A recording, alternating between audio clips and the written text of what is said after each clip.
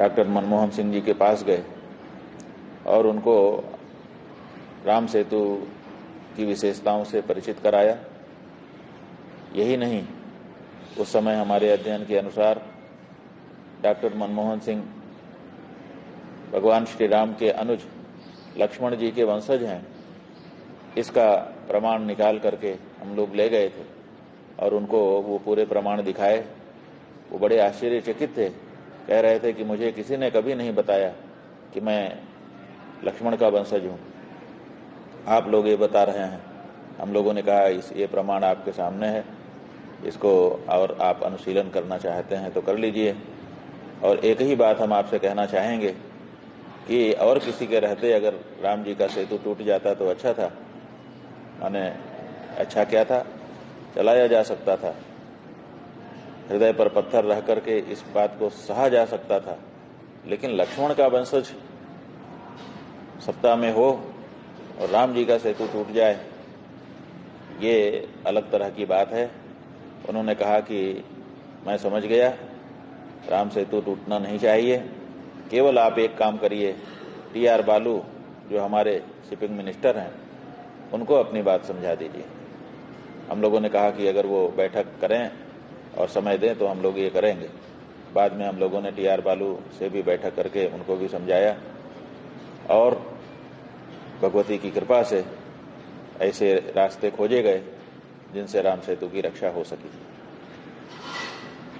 और दोबारा उनसे फिर से मिलने का मौका तब मिला जब गंगा जी की अविरल निर्मल धारा के लिए हम लोग गंगा सेवा अभियानों के माध्यम से राष्ट्र नदी गंगा घोषित करने के लिए और अविरल निर्मल धारा सुनिश्चित करने के लिए आंदोलन कर रहे थे। तब फिर एक बार पूज्यपाद ब्रह्मलीन गुरु जी महाराज के साथ एक प्रतिनिधि मंडल बनाकर हम लोग डॉक्टर मनमोहन सिंह जी से मिले और उनको 5 सूत्रीय मांगें दी गई, जिनमें एक था गंगा कार्य योजना प्रथम चरण और द्वितीय चरण को निरस्त किया जाना, नई संस्था गंगा नदी घाटी प्राधिकरण के नाम से सुस्थापित करना, जिसकी अध्यक्षता स्वयं प्रधानमंत्री करें, और साथ ही साथ गंगा जी को राष्ट्र नदी घोषित किया जाना और गंगा कार्य योजना में किए गए कार्यों की समीक्षा करते हुए गंगा जी के लिए अधिक बजट निकालना और अविरल धारा को सुनिश्चित करने के लिए जो गंगा नदी पर विशेष करके उत्तराखंड के क्षेत्र में बांध बनाए जा रहे थे उनको निरस्त करना। और हमको आज स्मरण करने में प्रसन्नता हो रही है कि हम लोग जिस दिन मिले उसी के 5 दिन के ठीक बाद गंगा जी को राष्ट्र नदी घोषित कर दिया गया और गंगा कार्य योजना को सदा सदा के लिए समाप्त कर दिया गया। गंगा नदी घाटी प्राधिकरण का गठन कर दिया गया। परम पूज्य महाराज श्री की ओर से उसमें कुछ सदस्य भी रखे गए, जिनमें एक काशी के हमारे बी.डी. त्रिपाठी जी और जल पुरुष राजेंद्र सिंह जी, हमारे काशी के डॉक्टर वीरभद्र मिश्र जी जो संकट मोचन मंदिर के महंत जी थे, इन सबको उसमें स्थान दिया गया और उसके बाद बैठकें भी उनकी हुई। तब ये सुनिश्चित किया जाना था कि गंगा की धारा अविरल हो।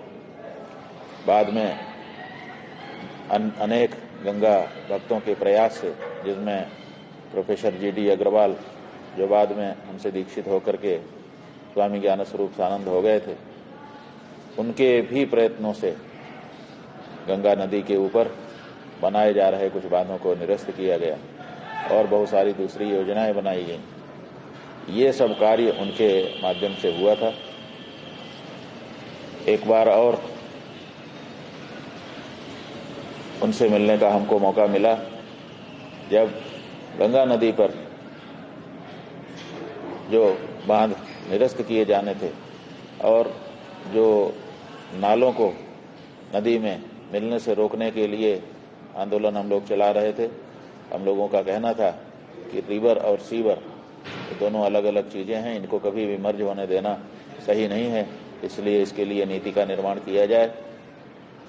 तब प्रधानमंत्री जी के साथ बैठक के लिए हम लोग प्रधानमंत्री भवन गए थे। ये 3 बार का उनसे हम लोगों का मिलना, उनसे बात करना और उन सब बातों में कुछ न कुछ प्राप्ति होना, ये आज स्मरण में आ रहा है। हमारा स्वयं का जो अनुभव रहा वो ये रहा